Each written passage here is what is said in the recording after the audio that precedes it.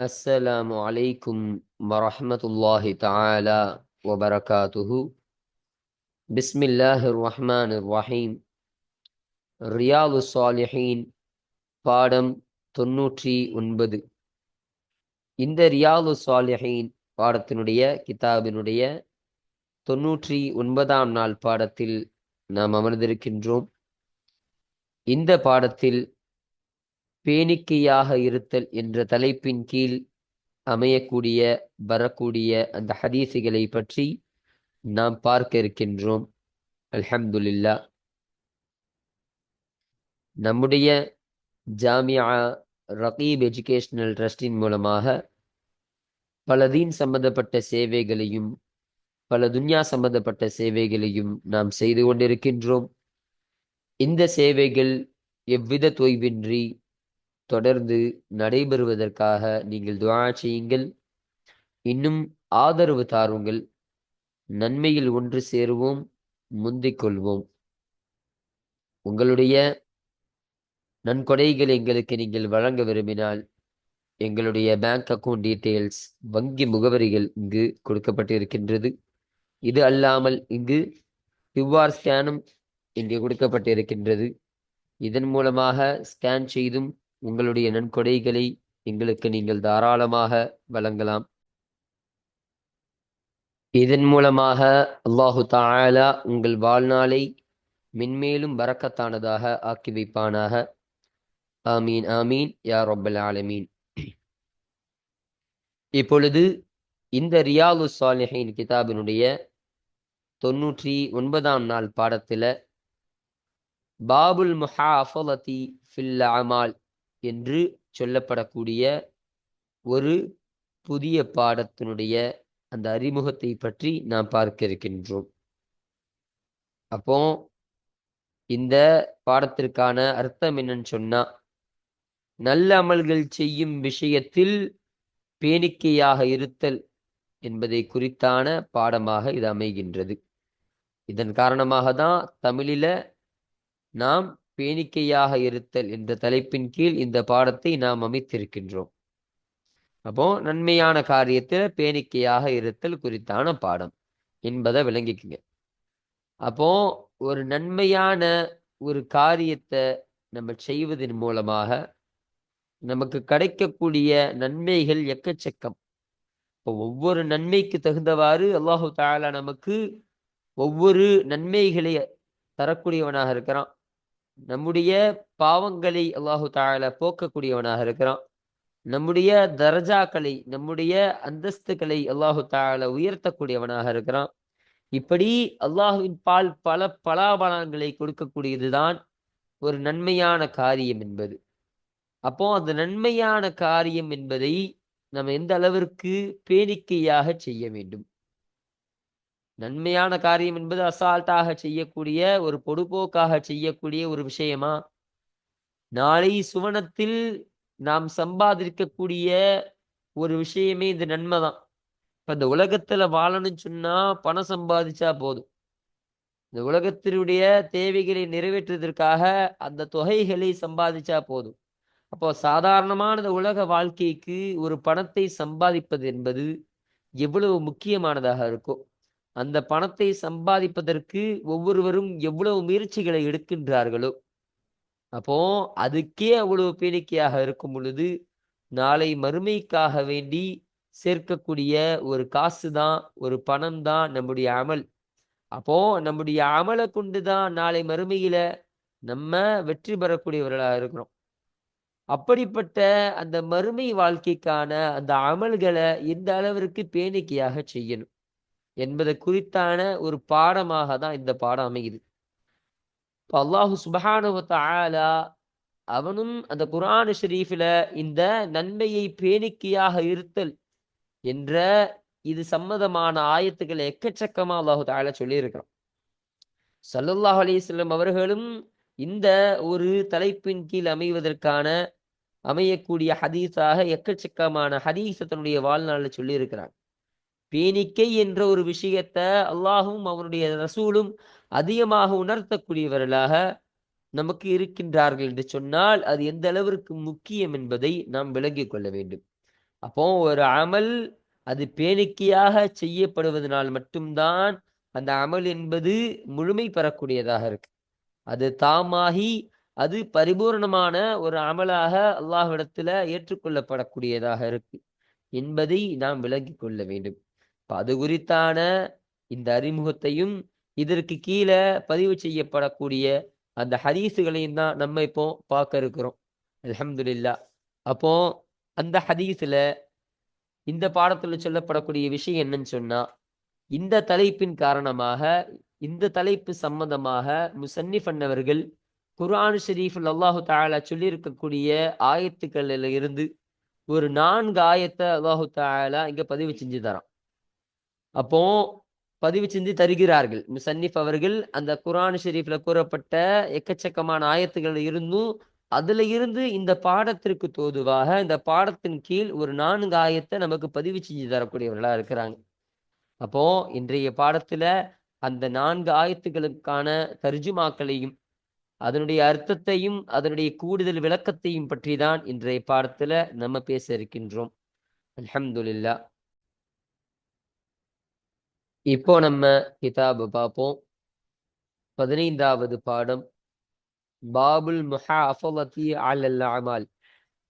அப்போ இந்த ரியாது சாலிஹின் கிதாபுல பதிவு செய்யப்படக்கூடிய அந்த பாடங்களினுடைய அந்த வரிசையின் பிரகாரம் இது 15வது பாடமாக இது இருக்கின்றது என்பதை நமக்கு சொல்றாங்க. அப்போ இந்த பாடத்தினுடைய பெயர் என்ன? பாபுல் முஹாஃபலத்தி அலல் அமால்.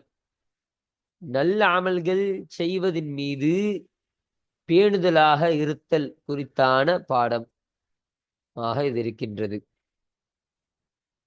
அப்போ இந்த பாடத்துல முசன்னிஃப் அன்னவர்கள் இதற்கு தோதுவாக வரக்கூடிய குர்ஆன் ஷரீஃப்ல இருந்து ஒரு 4 ஆயத்தை நமக்கு சொல்லித் தராங்க. அந்த 4 ஆயத்தையும் இப்போ நம்ம பார்க்கலாம் வாங்க. قال அல்லாஹு தஆலா, உயர்ந்தவனான அல்லாஹு தஆலா சொன்னா, உயர்ந்த அல்லாஹு தஆலா சொன்னா,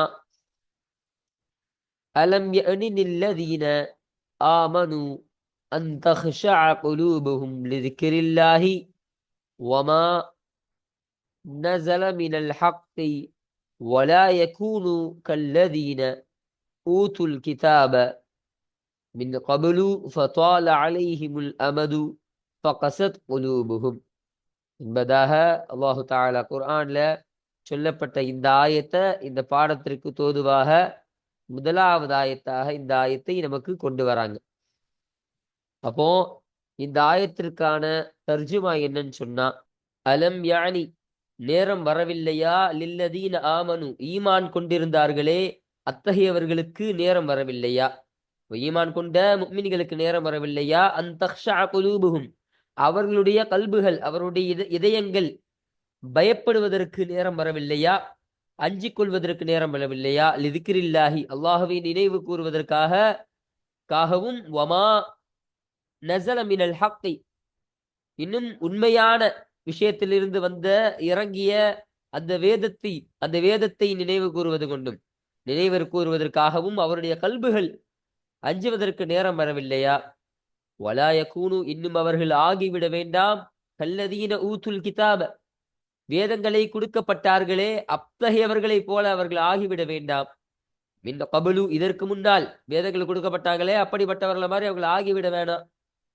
ஃபதால அலைஹிமுல் அமது, காலம் என்பது அவர்கள் மீது நீண்டு விட்டது, அப்ப நீண்ட காலம் ஆகிடுச்சு, ஃபகஸத் குலூபுஹும், அவர்களுடைய இதயங்கள் கடினமாகிவிட்டது என்பதாக இதனுடைய தர்ஜுமா அமைகின்றது. இப்போ என்ன சொல்றாங்கன்னா, இறை விசுவாசிகளுக்கு அல்லாஹுவை அஞ்சக்கூடியதற்கு, அல்லாஹுவை நினைவு கூறி அவனை அஞ்சுவதற்கும் அல்லாஹ் இறக்கி தந்த அந்த வேதம் இருக்குதா இல்லையா, அந்த குர்ஆன் ஷரீஃப், அந்த வேதத்தை நினைவு கூறி அதில் சொல்லப்பட்ட அந்தந்த விஷயங்களை செய்து அதையும் அஞ்சக்கூடியவர்களாக ஆகும் அந்த காலம் வரலையா, அப்போ நீங்க அல்லாஹ்வை நினைவு கூறி அஞ்சக்கூடியவர்களாக நீங்கள் ஆகுங்கள் என்பதை அல்லாஹ் தஆலா சொல்றான். அது மட்டும் கிடையாது, நான் இறக்கி தந்த அந்த குர்ஆன் ஷெரீஃபையும் நீங்கள் அதில் சொன்ன விஷயங்களையும் நீங்கள் பார்த்து படித்து அதில் சொல்லப்பட்ட விஷயங்களுக்கு நீங்கள் அஞ்சிக் கொள்ளுங்கள் என்பதை அல்லாஹு தஆலா சொல்றான். சொல்லிட்டு இன்னும் நீங்க ஒரு கூட்டத்தார்களை சார்ந்தவர்களாக நீங்க ஆகிறாதீங்க. அது எப்படிப்பட்ட கூட்டம்னு சொன்னா, அந்த கூட்டத்தார்களுக்கு வேதங்கள் கொடுக்கப்பட்டுச்சு. இதற்கு முன்னாடி வேதங்கள் என்பது அந்த கூட்டத்தார்களுக்கு கொடுக்கப்பட்டுச்சு. இன்னும் அவர்களின் மீது காலம் என்பது நீண்டு விட்டது. இன்னும் அவர்களுடைய கல்பு, அவருடைய இதயங்கள் அது கடினமாகி விட்டது என்பதை அல்லாஹ் தஆலா சொல்றான். அப்போ ஒரு கூட்டத்தார்கள மாதிரி நீங்க செஞ்சிராதீங்க.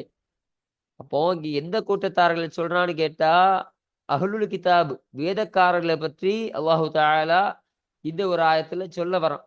அந்த வேதக்காரர்களுக்கு அல்லாஹு தஆலா வேதங்கள வழங்கினான். நமக்கெல்லாம் தெரியும். அந்த வேதத்த அல்லாஹு தஆலா வேதங்கள அந்த வேதக்காரர்களுக்கு குடுத்தான். குடுத்த உடனே அதுல இருந்து செய்யக்கூடிய அந்த அமலை எல்லாம் அவர்கள் நல்லபடியாக செய்யணுமா இல்லையா? செய்யணும். ஒரு வேதம் கொடுக்கப்பட்டவர்கள் அதில் சொல்லப்பட்ட அந்த அமல கரெக்ட்டாக நிறைவேற்றக்கூடியவர்களா இருக்கணும். ஆனா அவங்க என்ன செஞ்சாங்கன்னா, அதுல சொல்லப்பட்ட எந்த விஷயத்தையும் அவங்க செய்யல. காலங்களும் கடந்து போயிட்டே இருக்குது. காலங்கள் நீண்டு கொண்டே போயிடுச்சு. ஆனாலும் அந்த செயல அவங்க செய்யக்கூடியவர்களாக ஆகல. இன்னும் அவருடைய கல்புகள், அவருடைய இதயங்களும் ரொம்ப கடினமாயிடுச்சு. இப்போ அவங்க இதயம் இரக்க குணமற்று லேசாக மெல்லியதாக இருக்கக்கூடிய அந்த இதயம் என்பது ரொம்ப கடினமாயிடுச்சுன்னு சொல்றாங்கன்னா என்னது? அந்த வேதத்துல குறிப்பிட்ட அந்த விஷயங்கள செய்யறதுக்கு அவங்க மனசு வரல. அவர்கள் மனதை அவர்கள் கடினமாக ஆக்கி விட்டாங்க. அப்ப கடினமான ஒரு உள்ளத்துல எப்படி வேதம் இறங்கும்? ஒரு இரக்க குணமுடைய ஒரு நல்ல உள்ளத்தோடு தான் அந்த வேதம் என்பது இறங்கக்கூடியதாக இருக்கும். அப்போ அந்த கடுமையான உள்ளமாக அவர்கள் ஆக்கிக் கொண்டார்கள் தன்னுடைய உள்ளங்கள. அதன் காரணமாக அவர்கள் எந்த ஒரு அமலையும் அவங்க செய்யல. அந்த அந்த வேதத்துல குறிப்பிடக்கூடிய அந்த சட்டங்களையும், அதற்கான அந்த அமல் எதையுமே ஹராமான காரியம் இருந்தாலும் சரி, ஹலாலான காரியமா இருந்தாலும் சரி. அந்த வேதத்துல என்னலாம் சொல்லியிருக்குதோ, அது எல்லாத்திற்கும் மாற்றமாக அவர்கள் நடக்கக்கூடியவர்களா இருந்தாங்க. அந்த வேதத்த அவர்கள் முழுமையாக அவங்க வேஸ்ட் பண்ணிட்டாங்க. வீணாக்கி விட்டார்கள் என்பது அல்லாஹ் தஆலா சொல்ல வரான். அப்போ அவர்கள மாரி நீங்களும் செஞ்சிராதீங்க. உங்களுக்கும் குர்ஆன் என்ற ஒரு ஒரு அருமையான ஒரு வேதம் உங்களுக்கு குடுக்கப்பட்டிருக்கு. அந்த வேதத்துல சொல்லப்பட்ட விஷயங்களுக்கெல்லாம் நீங்க நல்லபடியாக படிச்சு, அத நீங்க அமல் செய்யக்கூடியவர்களாக இருங்க. நல்ல காரியங்களை நீ அமல் செய்யக்கூடியவர்களா இருங்க. நரகத்தை பற்றிய விஷயம், அதாப பற்றிய விஷயங்களை படிக்கும் பொழுது, நீங்கள் அந்த குர்ஆனை நினைவு கூறுவதன் மூலமாக நீங்கள் அஞ்சக்கூடியவர்களாக இருங்க. இன்னும் அந்த குர்ஆனை இறக்கி தந்த அல்லாஹு தஆலாவையும் நீங்கள் நினைவு கூறக்கூடியவர்களாக, நீங்கள் அவனையும் நீங்கள் அஞ்சக்கூடியவர்களாக இருங்க. என்பத தான் அல்லாஹு தஆலா இந்த ஒரு ஆயத்துல சொல்ல வரான். அப்போ இந்த ஆயத்து எதற்காக இந்த பாபுல் முஹாஃபதா இந்த பேணிக்கையாக நடந்து கொள்ளுதல் என்ற இந்த பாடத்திற்கு கீழ அமைகிறதுன்னு விளங்குதுங்களா? அப்போ உங்கள் அமல நீங்க பாதுகாப்பாக பேணிக்கையோடு அது சொல்லப்பட்டது மாதிரியே நீங்கள் கரெக்ட்டாக அதை சரியாக நீங்கள் நிறைவேற்றுங்க. அப்போதான் அல்லாஹ்வுடைய அந்த பொருத்தம் என்பதை நீங்கள் அடையக்கூடும். அல்லாஹ்வுடைய பொருத்தம் என்பதை நீங்கள் அடையக்கூடியவர்களாக நீங்கள் இருக்கின்றீர்கள் என்பதை இந்த ஒரு ஆயத்துல அல்லாஹு தஆலா சொல்கிறான். அப்ப இதன் காரணமாக தான் இந்த ஆயத்த முஸன்னிஃப் ரஹ்மத்துல்லாஹி அலைஹி அன்னவர்கள் இந்த பாடத்திற்கு தோதுவாக, இந்த பாடத்திற்கு கீழாக பதிவு செய்து தருகிறார்கள். அப்ப இது முதலாவது ஆயத்து. அல் ஹதீத் சூரத்துல் ஹதீதுல இந்த ஆயத்து பதிவு செய்யப்பட்டிருக்கின்றது 16வது ஆயத்தாக இந்த ஆயத்தானது பதிவு செய்யப்பட்டிருக்கின்றது என்பதை சொல்றாங்க. வகால தஆலா இன்னும் உயர்ந்த அல்லாஹு தஆலா சொன்னான். அப்போ அல்லாஹு சுப்ஹானஹு வ தஆலா தன்னுடைய திருமறையில கூறிய அந்த ஆயத்துக்கள்ல இருந்து 2வது ஆயத்த முஸன்னிஃப் ரஹ்மத்துல்லாஹி அலைஹி அவர்கள் நமக்கு பதிவு செஞ்சு தராங்க.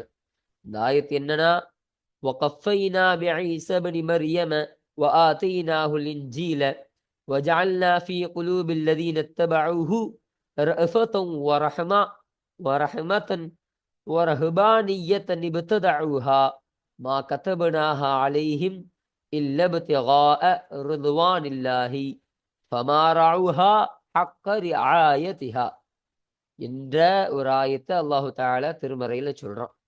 இப்ப இந்த ஆயத்துல இந்த ஆயத்திற்கான அந்த தர்ஜுமா என்னன்னு சொன்னா வகஃபைனா இன்னும் நாம் பின்தொடர செய்தோம் பிஈஸா இப்னு மரியம் மரியம் அலைஹிஸ்ஸலாம் அவருடைய மகனான ஈசா அலைஹிஸ்ஸலாம் அவர்களை நாம் பின்தொடர செய்தோம்.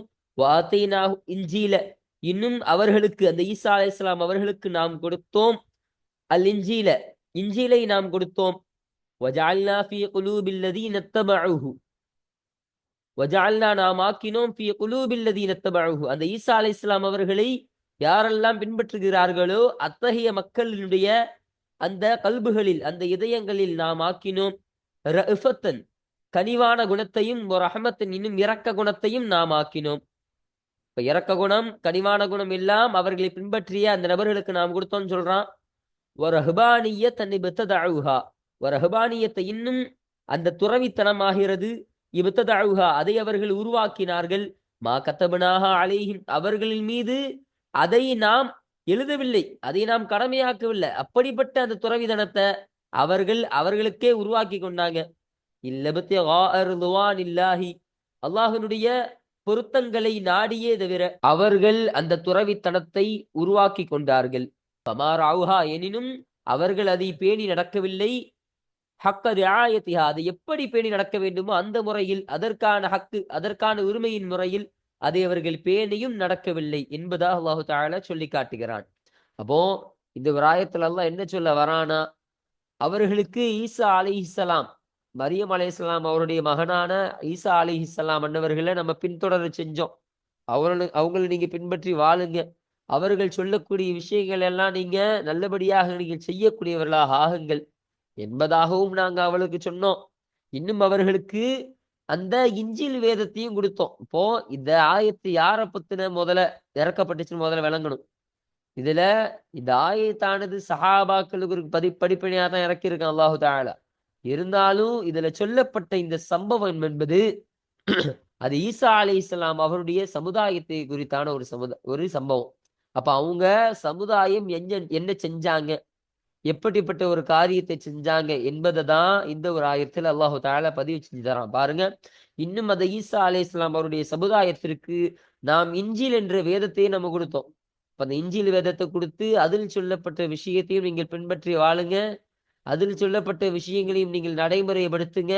இன்னும் உங்களுடைய நபியான ஈசா அலைஹிஸ்ஸலாம் அவர்களையும் நீங்கள் பின்தொடர்ந்து அவர்கள் சொல்லக்கூடிய அனைத்து செயல்களையும் நீங்கள் பின்தொடருங்க என்பதாக அல்லாஹ் தஆலா சொன்னது மட்டும் கிடையாது, அவர்களுடைய உள்ளங்களில, அவர்களுடைய அந்த இதயங்களில அல்லாஹு தஆலா அன்பு என்ற குணத்தையும் இரக்கம் என்ற குணத்தை எல்லாம் ஏற்படுத்தி கொடுத்தான். அப்போ அன்பான இருக்கக்கூடிய ஒரு சூழ்நிலைய அல்லாஹு தஆலா அவருடைய கல்புல, அவருடைய உள்ளத்துல போடுறான். அப்போ யாரை பார்த்தாலும் இரக்கம் குணம் காட்டணும், எல்லாரோடும் அன்போடு இருக்க வேண்டும் என்ற இந்த குணத்தை அந்த ஈசா அலைஹிஸ்ஸலாம் அவருடைய சமுதாயத்திற்கு அல்லாஹு தஆலா கொடுத்தானுங்க சொல்றாங்க. அப்படி இருக்க, ஆனால் அவர்கள் செய்த செயல் என்னன்னா, நான் ஏவாத ஒன்றாக இருக்கக்கூடிய அந்த துறவித்தனம், அந்த துறவித்தனத்தை அவர்கள் செய்து கொண்டார்கள்.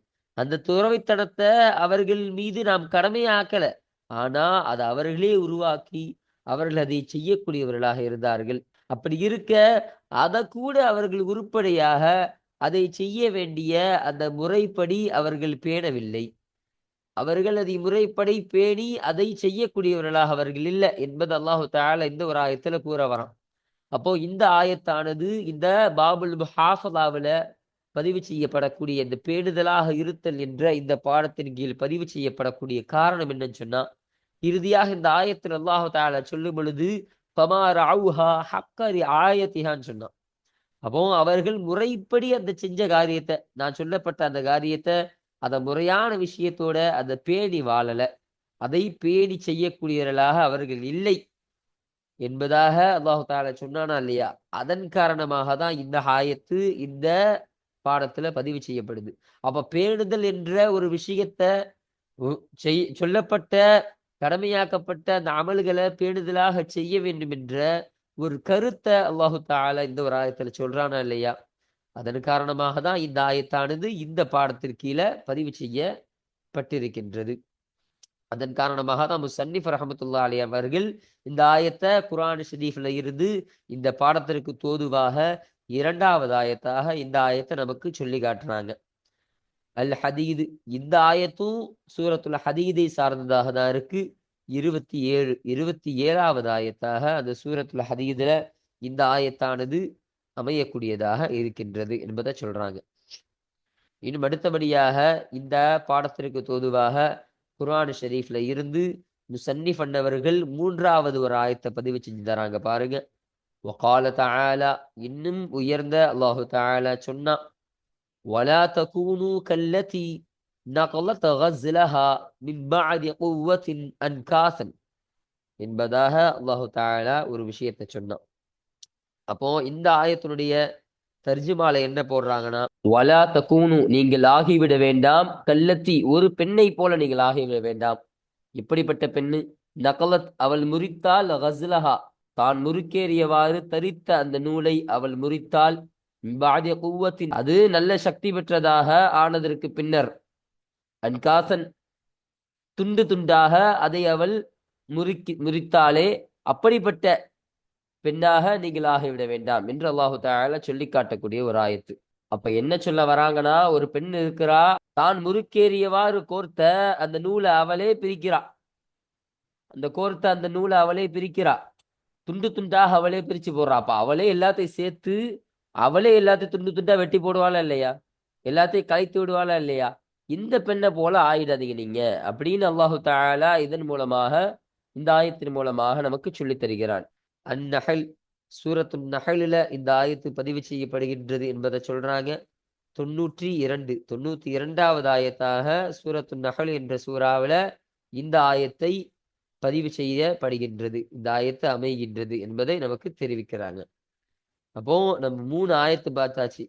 முசன்னிஃப் ரஹ்மத்துல்லாஹி அலைஹி அவர்கள் இந்த பாடத்திற்கு கீழே 4 ஆயத்து சொன்னாங்க. அதுல 3 ஆயத்தை பார்த்துட்டோம். இப்போ இறுதியாக முசன்னிஃப் அவர்கள் சொல்லக்கூடிய அந்த 4வது ஆயத்தை பற்றி நம்ம இப்ப பார்ப்போம் வாங்க. வகால தஆலா, இன்னும் உயர்ந்த அல்லாஹு தஆலா சொன்னா, வஅபுது ரப்பக ஹத்தா யஅதியகல் யகீன் என்பதாக அல்லாஹு தஆலா சொன்னா. இந்த ஆயத்தினுடைய தர்ஜுமா என்னன்னா, வஅபுது ரப்பக, உன்னுடைய இரட்சகனை நீ வணங்கு, ஹத்தா யஅதியகல் யகீன், யகீன் என்பது உனக்கு வரும் வரைக்கும், வரும் வரையிலும். அப்ப யகீன்னு சொன்னா அந்த இடத்துல மரணம். அப்ப மரணம் என்பது உனக்கு வரும் வரையிலும் உன்னுடைய இரட்சகனை நீ வணங்கிக்குள் என்பதை அல்லாஹ் தஆலா சொல்லி காட்டுகிறான். அப்போ உனக்கு மரணம் வர வரைக்கும் நீ உன்னுடைய இறைவனை நீ வணங்கி கொண்டே இரு அப்படின்னு அல்லாஹ் தஆலா சொல்றான். உன்னுடைய மரணம் உனக்கு நெருங்கல, நீ உயிரோடு தான் இருக்கின்றாய். அப்போ நீ உயிரோடு இருக்கக்கூடிய அந்த சமயத்தில், அந்த காலமெல்லாம் உன்னுடைய ரப்பை, உன்னுடைய இரட்சகனை நீ அதிகமாக வழிபடக்கூடியவனாக இரு அப்படின்னு சொல்றானா. என்ன அர்த்தம்? உன்னுடைய இரட்சகனுக்கு நீ செய்யக்கூடிய அந்த அமலை நீ உறுதிமிக்கதாக, நீ அதை பேணுதலாக இருக்கக்கூடிய ஒரு அமலாக நீ அதை ஆக்கிக்கொள். அதை பேணுதலாக ஆக்கி இருக்கக்கூடிய அந்த அமலாக அது ஆன போதுதான் உன்னுடைய இறைவனை நீ முழுமையாக நீ வணங்க முடியும். நீ உன்னுடைய இறைவனை நீ முழுமையாக இபாதத்தில் ஈடுபட்டு உன்னுடைய இறைவனுடைய இரட்சகனுடைய அந்த பொருத்தத்தை நீ பெறுவதற்கு அது ஒரு காரணமாக உமக்கு அமையக்கூடியதாக இருக்கும். அதனால் நீ உன்னுடைய மௌத்து வரைக்கும், நீ வஃபாத்தாகிற வரைக்கும், இந்த உலகத்தை விட்டு நீ பிரிகிற வரைக்கும் அல்லாஹு தஆலாவை வணங்கி கொண்டே இரு அப்படின்னு அல்லாஹு தஆலா இந்த ஒரு ஆயத்துல சொல்ல வரான். அப்போ இந்த ஆயத்தானது இந்த பாபுல் முஹாஃபதா, பேணிக்கையாக இருத்தல் என்ற இந்த தலைப்பின் கீழ் அமைவதற்கான, இந்த தலைப்பின் கீழ் முசன்னிஃப் அவர்கள் பதிவு செய்ததற்கான காரணம் என்னன்னு சொன்னா, இந்த ஒரு ஆயத்தின் மூலமாகவும் அல்லாஹ் சொல்ல வேண்டிய கருத்து, சொல்லக்கூடிய கருத்து, நீ பேணுதலாக வாழ்ந்து கொள், அல்லாஹ்வை நீ அதிகமாக நீ தொழுது கொள், இபாதத் செய்து கொள், அதன் மூலம் நீ பேணிக்கையாக நீ இருந்து கொள் என்பதுதான் அல்லாஹு தஆலா இந்த ஒரு ஆயத்துல சொல்ல வரான். அப்போ அந்த ஒரு கருத்து இந்த ஆயத்துல இடம்பெயர்தன் காரணமாக தான் இந்த ஆயத்தானது இந்த பாபுல் முஹாஃபதா, பேணிக்கையாக இருத்தல் என்ற இந்த பாடத்தின் கீழ் பதிவு செய்யப்படக்கூடியதாக இது இருக்கின்றது. அல் ஹுஜுர், சூரத்துல் ஹுஜுர்ல இந்த ஆயத்து பதிவு செய்யப்படுது. 99வது ஆயத்தாக சூரத்துல் ஹுஜுர் என்ற அந்த சூறாவில் இந்த ஆயத்து பதிவு செய்யப்படுகின்றது என்ற ஒரு விஷயத்தையும் நமக்கு சொல்லித்தராங்க. அப்போ இன்றைய இந்த பாடமான, புதிய பாடமான இந்த பாபுல் முஹாஃபலதி அலல் அமால் என்ற இந்த தலைப்பின் கீழ் அமையக்கூடிய முசன்னிஃப் அவர்கள் இந்த பாடத்திற்கு 4 ஆயத்தை அமைச்சாங்க. அந்த 4 ஆயத்துக்கான அந்த தர்ஜுமாக்களையும் அந்த விளக்கங்களையும் நாம் பார்த்து இந்த 4 ஆயத்தையும் நாம் நிறைவு செஞ்சாச்சு. அல்ஹம்துலில்லா. இன்ஷா அல்லாஹ் அடுத்த பாடமான வரக்கூடிய அடுத்த பாடத்துல நாம் இந்த பாடத்திற்கீழ் பதிவு செய்யப்படக்கூடிய அந்த ஹதீஸுகளை பற்றி நாம் பேசுவோம். அந்த ஹதீஸ்ல இந்த 153வது ஹதீஸை குறித்தான அந்த செய்திகளையும் அந்த தர்ஜுமாக்களையும் விளக்கங்களையும் பற்றி நாம் அடுத்த பாடத்தில் இன்ஷா அல்லாஹ் நாம் பேசுவோம். வாஹிரு தஅவானா அனில் ஹம்துலில்லாஹி ரப்பில் ஆலமீன். அஸ்ஸலாமு அலைக்கும் வரஹ்மத்துல்லாஹி தஆலா வபரகாத்துஹு.